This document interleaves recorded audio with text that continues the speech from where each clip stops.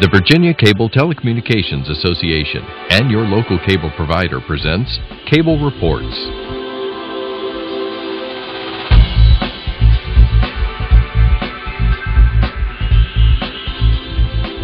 Join us now as Cable Reports brings you up to date on current issues facing the Commonwealth through discussions with your local legislators and other policymakers from across Virginia.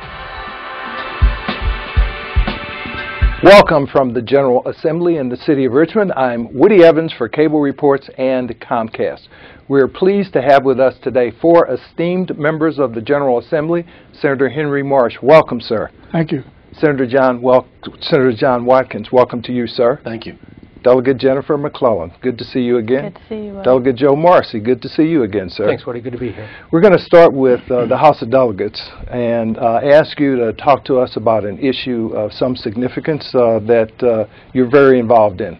Tell us about it.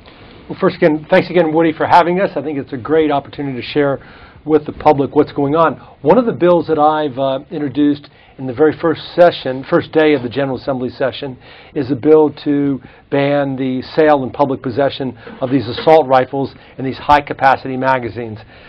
Some of these magazines hold 50 to 100 cartridges, and there is no other purpose for having these assault weapons and these magazines other than to create mass destruction and carnage.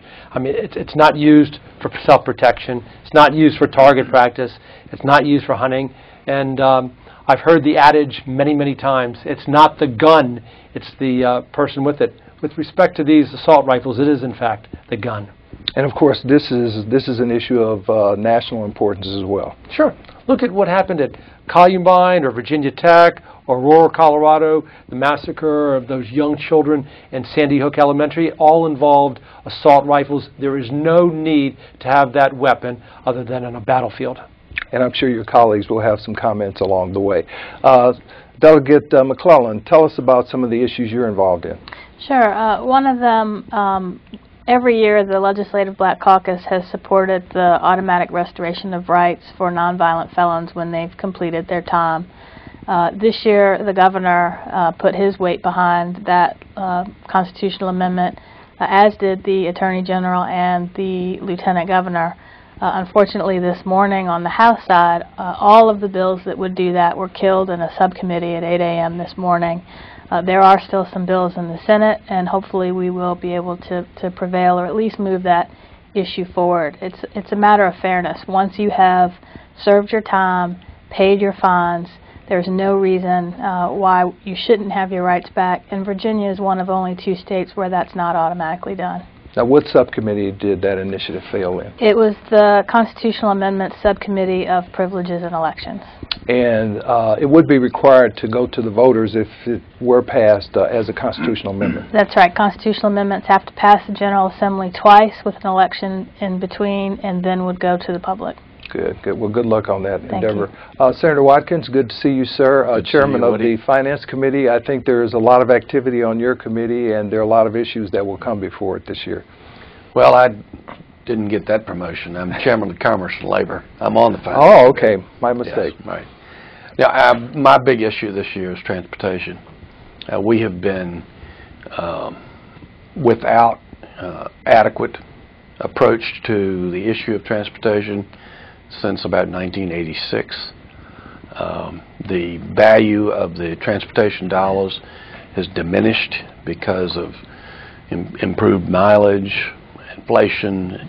It's made the resulting revenue stream less effective, less buying power. So we are at the edge of running out of revenue for transportation. We have borrowed money to build roads that our grandchildren will be paying for. It is time that we address the need. And of course, the governor, in his State of the Commonwealth address last week, set forth a new proposal in terms of transportation. Can you tell us a little bit about that proposal? Well, he did. He utilized some mechanisms that I'm not sure will work. One being he put about a third, or placed about a third of the reliance for revenue on the passage of a federal act that will allow for the sales tax to be imposed on internet sales. Well, that's been before Congress for about 12 or 15 years now and hasn't passed. So I'm not counting the days, if you would, till that passes. The other thing is the getting away or getting rid of the taxes on gasoline in favor of a sales tax. I think over time that indeed might generate more revenue. What it does in essence is it indexes against the purchasing power, if you would, of the consumer. But I'm concerned that it doesn't adequately direct the tax, if you would, towards transportation. And we have a user fee system in this state.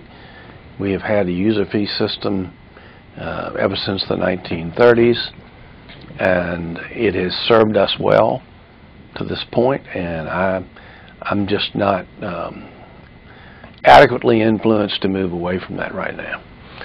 Thank you, sir. Senator March, among your many interests, of course, is education, and I know you have some ideas you want to share with us this morning about education.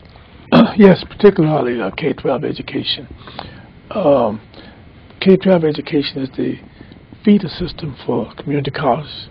It's a feeder system for higher education, for private sector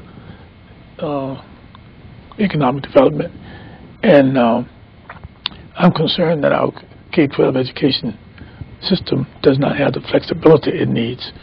So I have a bill, I put it in last year and almost got it through the committee, that would provide the same flexibility that private schools have, or that the charter schools have in Virginia, the public charter schools. The teachers would have the flexibility to adjust their schedules to meet the needs of the children. They would be able to do team teaching and other things that are proven effective. And the State Board of Superintendents supports this. It's in that agenda that public schools should be given more flexibility to in the school to do things that need to be done. And for example, in addition to team teaching, if there are children who need special attention, they should be able to do that. Also, the bill would provide for ban on long-term substitutes. Some jurisdictions use long-term substitutes instead of regular qualified teachers. And of course, those substitutes aren't in position to teach rather than they sort of take care of the class, but they can't teach as the teachers would. So the bill would limit the long-term substitutes to 90 days as a way of improving the quality of K-12 education. I think the bill will improve our chances of keeping our education system one of the best in the country.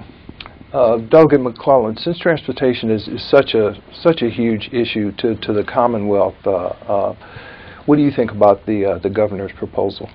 I share Senator Watkins' concerns, but I would add that I've always been worried at efforts to divert general fund money to transportation. As Senator Watkins said, we've had a user fee system, and given the cuts that we have made to general fund services such as education, health and human services, public safety over the past few years, we haven't backfilled those cuts. As a result, in education alone, we are funding education at levels lower than we did in 2008, and any diversion of the sales tax to transportation takes it directly away from those other services. Until we are fully funding all of our needs for those services, I'm not comfortable shifting more money away towards transportation. I think Senator Watkins' proposal, Delegate Watts has another proposal that I think would be more viable for how we would fund our transportation system. I agree we need to do it, but not at the expense of our teachers, our public safety community, and Health and Human Services, and particularly when we have the opportunity now to expand Medicaid as a result of the Affordable Care Act, so that about 400,000 Virginians who aren't currently insured could be insured. I think we really need to be careful how we use general fund money to fund transportation when we have so many other needs. And Delegate Morrissey, your views on transportation, sir? Well, I'm just going into my 6th year. I haven't been here as long as some of these other folks, but it distills down to this. Since I've been here, the following is a truism. We have had a patch quilt system of trying to fund our transportation system. I agree with Senator Watkins, and I think that this bill is necessary. For 8 decades, we've used a user fee. Listen, Woody, nobody likes a tax, but the best tax is the fairest tax is a user fee where you pay as you go. And what I don't like about the governor's proposal to eliminate the gasoline tax is this, twofold. Number one, people who don't use mass transportation, particularly poor people, will actually be penalized because they're paying an increased sales tax. The second thing is, by not increasing our gasoline tax, we are absolutely running out of money to provide new construction. So I'm hopeful that the House of Delegates will get behind the Senator's bill, which is proof that different parties can see eye to eye on a very important issue. There's one further point that was said about the tax to governor's plan. About 30% of the highway usage is done by people traveling through the state. So if you take his approach, we would give them a free ride. We're already doing it. We haven't raised our gasoline tax since 1986. All the states around us have raised theirs considerably. So by not forcing interstate travelers to pay 30% of the use of the road would be lost, paid for by hard-paying taxpayers of Virginia, those who don't use the roads and those who do. So I think that's a major flaw in his approach.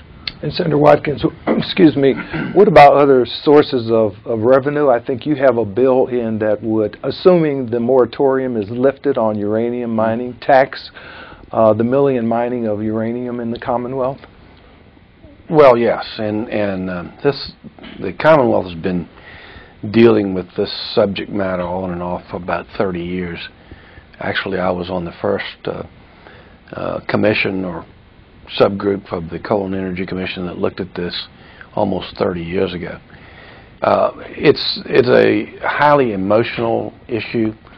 The science would lead you to believe that if properly done, if engineered adequately, and with the appropriate safety provisions, it can be done safely. The irony of some of this, some of the most successful mining operations in the world are run in Canada, and some of them are uranium mines. And I had an opportunity to visit up there about a year ago, and I talked with the regulators, the people who oversee on behalf of the citizens and on behalf of the provincial and federal government in Canada. And I sat down with the regulators and I talked to them about where they had come up with their regulatory structure. And they looked at me and said, Senator, we came to Virginia because you have been mining in Virginia for over 300 years. And you, of all states, have spent the time, the effort to make sure that the regulatory structure is adequately perfected. Now, they're different, it's a different mineral, so you have different concerns that you have to make sure are built into the regulatory structure. But I'm convinced that the application of adequate and appropriate science, it can be done safely. We've got titanium mines just south of Petersburg. That's a near rare earth element, just like uranium. And there's no big hue and cry about mining titanium. Same kinds of issues. You have tailings. You have, concerns with runoff from the tailings, the whole thing. Nobody says a word about that. Delegate Morrissey, I know, just like your colleagues, you're a strong environmentalist. Do you have concerns about uranium mining? I have concerns, Woody. I'm going to withhold judgment until I hear the debate in the House chamber, but I've read every editorial. I've read the National Academy of Science report. Here's what I'm concerned about. Senator Watkins says that it's safe, and I accept that. Here's the problem. So was offshore drilling before we had the catastrophe in the Gulf. The problem is this. There's going to be a once in a 100-year storm, and what Virginians are concerned about is whether or not those uranium tailings are going to be able to get into the water supply. Unless we are absolutely convinced that it is 100% safe, including that once in the 100-year storm, it's still going to be safe then I think Virginia's got to proceed very, very cautiously on uranium mining. So, Delegate McClellan, what's the cost-benefit, risk-benefit analysis for you in terms of uranium mining? Well, I think it's telling that majority of the folks that I'm hearing from the area where this mine is, including the Chamber of Commerce, their elected officials, they've made the assessment they don't think that the benefits outweigh the potential costs. I think we also need to take a look at the cost to the state to regulate this mine, but more importantly, if the company that runs the mine were to leave, then the state may have to foot the bill for taking over the mine or taking care of the waste. And I'd need to be really sure that we have taken that into account, those costs as well. I think the jobs that are estimated to come from this operation are about 1,000, but there's also some concern that there could be negative impacts on some of the existing businesses in the area, particularly the agriculture and some of the wood products. And if the waste from the uranium tailings does get in the water supply, that could have huge public safety, health care impacts. I am not as convinced as Senator Watkins is that we've reached a point where we can do this safely, efficiently, and at a cost that the state is going to be willing to pay. I am still keeping an open mind, but right now I'm not as confident as he is. And Senator Marsh, where are you, sir? Are you convinced yet? Well, I haven't heard the whole story yet.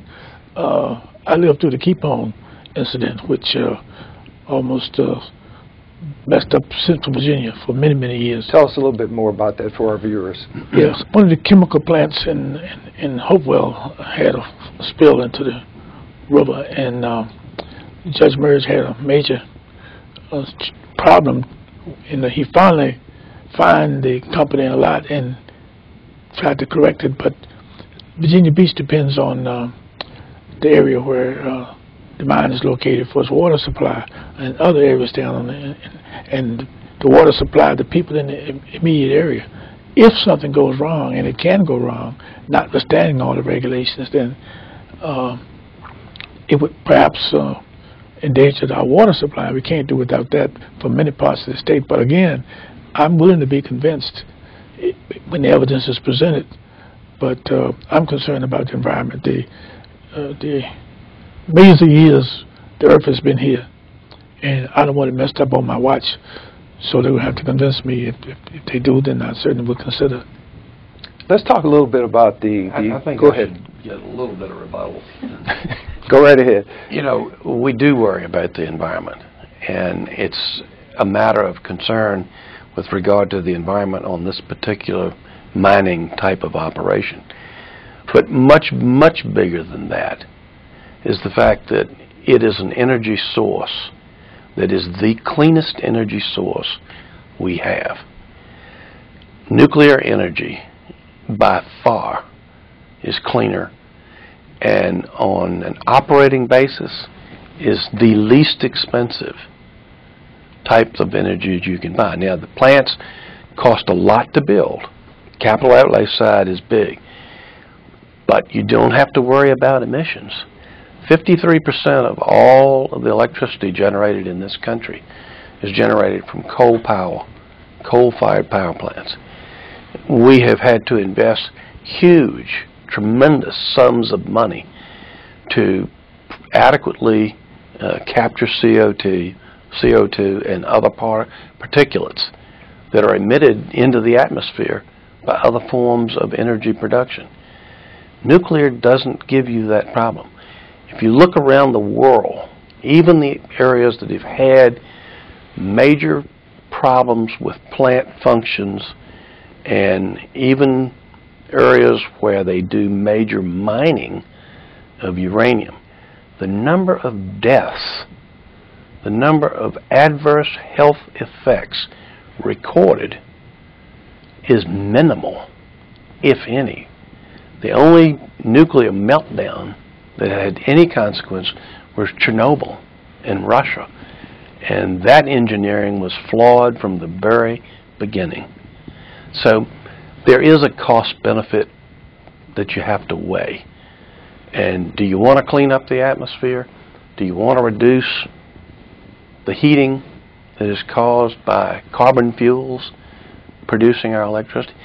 We are setting records in this country every year by creating and utilizing more and more electrical energy.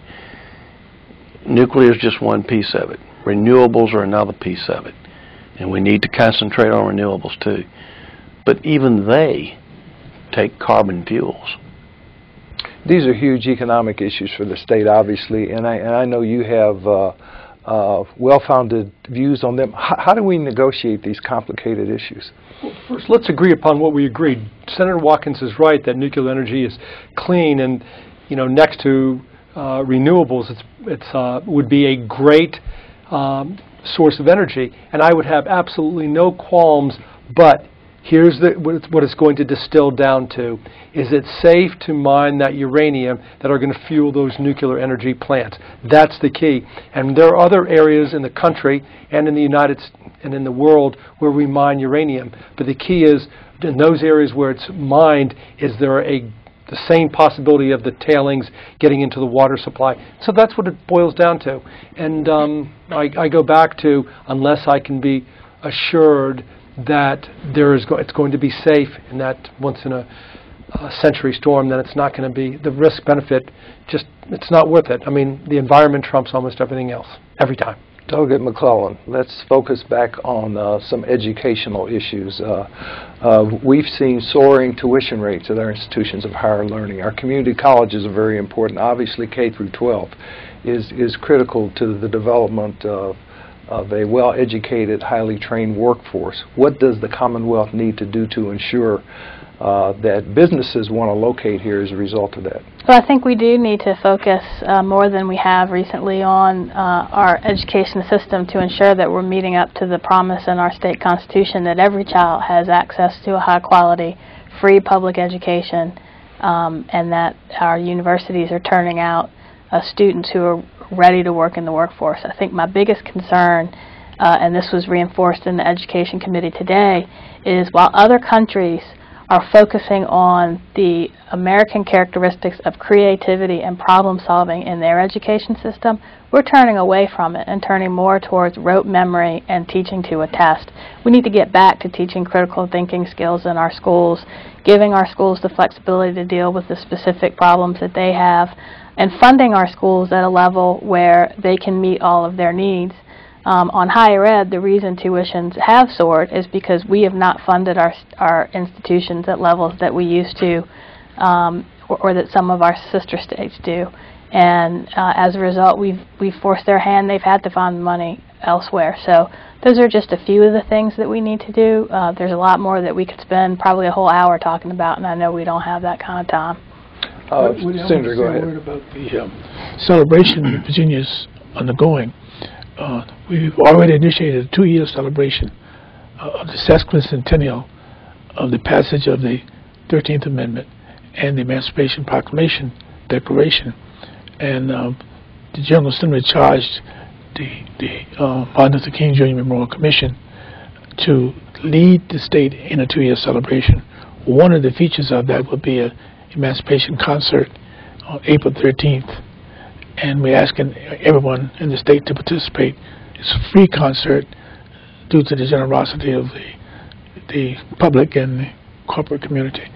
And we will reinforce the theme of emancipation that the the Emancipation Proclamation and the 13th Amendment was probably the most remarkable phenomenon in the history of this country, because it freed the slaves, and two of us wouldn't be sitting here now if it had not been for the 13th Amendment. The movie Lincoln really heightened Virginia's awareness. Last night, Daniel Day-Lewis received the nomination from one of the organizations, so I'm hoping that Golden Globes. But I hope the people of Virginia will support the emancipation effort. We've celebrated the Civil War centennial quite a bit, and we still will. But this is a part of the same era, and I hope that everyone will support that. It's going to be important. And where will that April 13th celebration be held? At Center Stage and the Library of Virginia. There will be a reception. It will be a remarkable concert. We're partnering with the Richmond Symphony, and we've asked all the universities to send some of their choral features to it too, so it's going to be a magnificent event. Great. Back to the economy very briefly in the few remaining moments we have. Senator Watkins, some would argue that the fiscal cliff crisis merely kicked down the road the significant financial issues that the country faces. The impact on the Commonwealth could be significant. The Commonwealth employs not the Commonwealth, but the federal government employs right. a lot of folks, and we have a lot of military installations here. What can the Commonwealth do to mitigate the potential impact of those losses, if any? It's going to be very difficult to mitigate. We do not have a treasury, anything close to the federal government. We have tried to set aside some funds in anticipation of potential adverse effects. But we cannot mitigate it all. I think that everyone recognizes that Northern Virginia and Hampton Roads are particularly vulnerable in these times when we have a possibility of sequestration. My hope would be that the federal people, the Congress, would indeed engage itself in fixing the budget and coming up with the adequate revenue streams and the cuts that are necessary. And Delegate Morrissey, of course, the Commonwealth has no choice. The Constitution requires a balanced budget, and at least the submission of a budget. No, it mandates, our Constitution mandates that every governor and every General Assembly session balance the budget. And do you think we'll be able to accomplish that again this session? Well, the senators made a good point. We have kicked the can down the road for a few months, but we depend a tremendous amount on the revenue from the federal government to support our defense industry, particularly in Northern Virginia. And fortunately, we've got a congressman who is in a leadership position in Congress. I'm confident that more rational minds will prevail. I've always endorsed that gang of six in the United States Senate, both those Republicans and the Democrats, that have agreed on a method of revenue and entitlement program spending cuts. And I'd like to see their agenda pursued. Thank you for being here today. We appreciate your public service. Thank you for watching Cable Reports, brought to you by the Virginia Cable Telecommunications Association and Comcast. Until next time, I'm Woody Evans.